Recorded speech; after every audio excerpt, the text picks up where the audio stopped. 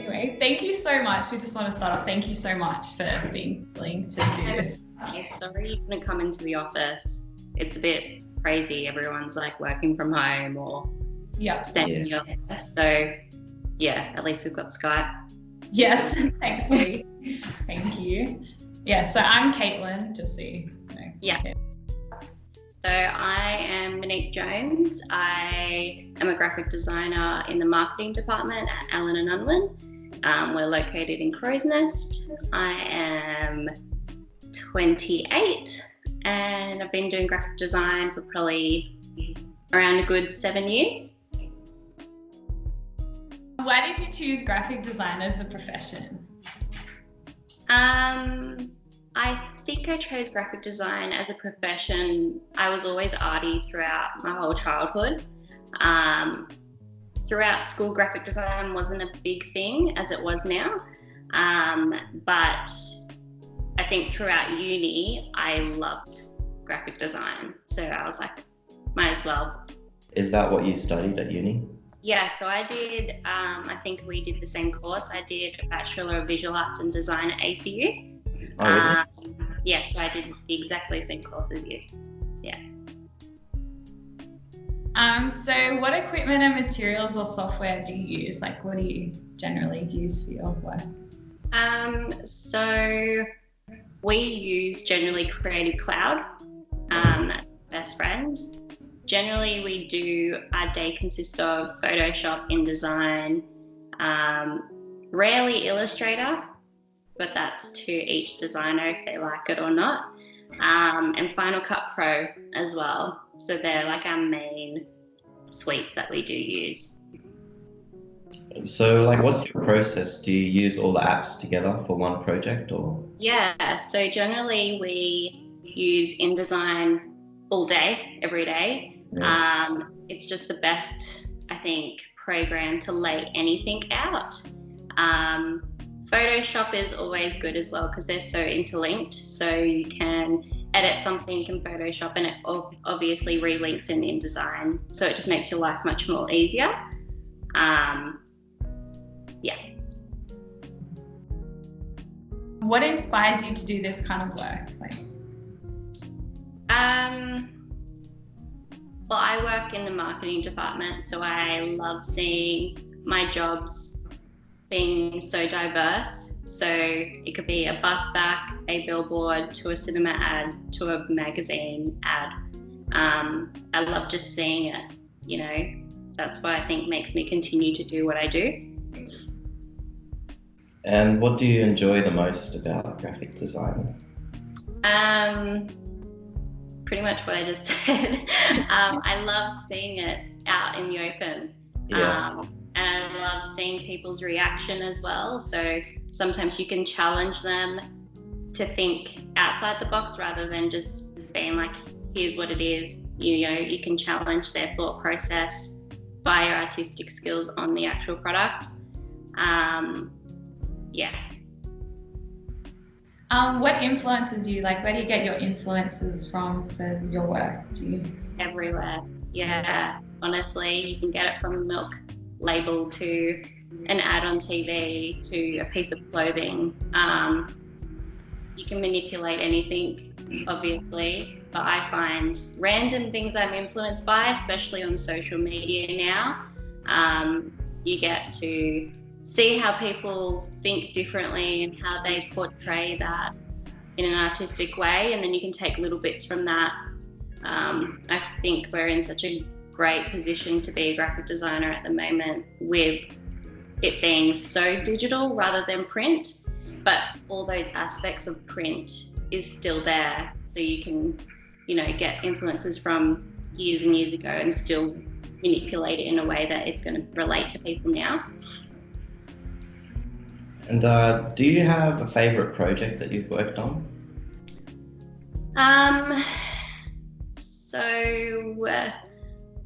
there was a few years ago we did a campaign for Clementine Ford. I don't know if you know her. She's a very feminist person and very outspoken.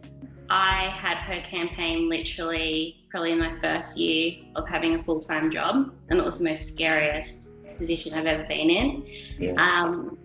But it gave me the opportunity to push outside the box and think outside the box because of her, you know, presence in the world, basically. So she's not scared of pushing any boundaries or anything. So you had to think like her to basically do the campaign.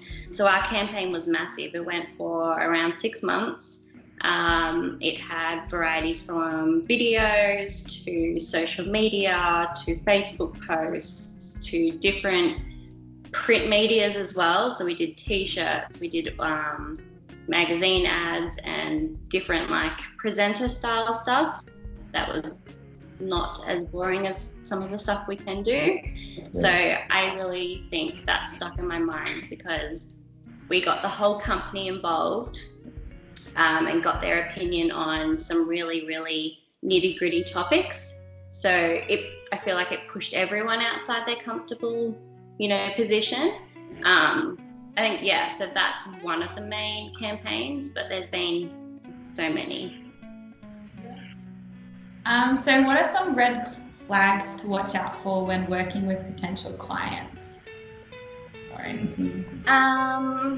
Clients that don't really know what they want aren't very fun to work with because you know you're going to have a very time-consuming piece, and sometimes you don't have that time or flexibility to work with them in a way. That's a big red flag, but in a sense that could also work to your advantage because you could do something totally different to what they aren't thinking about and they'll love it. So that's the only red flag. Yeah. Okay. So what opportunities are out there for graphic designers who are just starting out? I'll be honest, it's hard. It's such a niche market and most designers don't leave until they cark it. They literally release their stable jobs, so it's very hard to get into, but all I could say is internships are the best way to get into graphic design, even if it's a small company or a big company and even not the graphic design niche market that you want to go into, do it. Because anything that can go into your portfolio will honestly help you in the future. What are some threats that you can experience in this career or stuff that's going on? Some threats? Yeah. I think it depends on what graphic design you do, but everything is becoming so similar. I think with everything going digital, so there's only as much as you can do digitally. So I think you need to always think outside the box. That's a threat of being just normal, just being safe. You need to push those boundaries as well. So I think that's a massive threat for graphic designers in no matter what position or design facility they're in. There's always a sense of you could do something and then you look on your phone and it's there, already done by another. So that's the hard thing, I think. Are there any like particular qualities or skills that a great designer should have? Time management, I think, is honestly the best thing. You work literally to deadlines all the time. Sometimes it can be a few hours, sometimes it can be a few weeks. So working to a deadline is always best. Taking constructive criticism. It sucks as well, like if you love something and someone totally hates it, but at the same time, you learn from it. You can work from it, and sometimes you put forward something that they didn't even think about and they love it. So taking that constructive criticism is always the hardest but the best thing. Yeah, thanks. Where do you see the industry going? Like what direction? Digital. Everything's going digital. As much as that is really annoying, everything is going digital. Whatever is printed is digital as well. But that's just what we're in at the moment. So How are you working from home? yeah.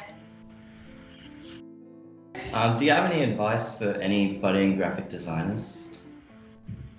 Take whatever you can get, honestly, even if it's a little flyer to do one afternoon for a local community, or just anything, honestly, to get yourself out there and to put into your portfolio.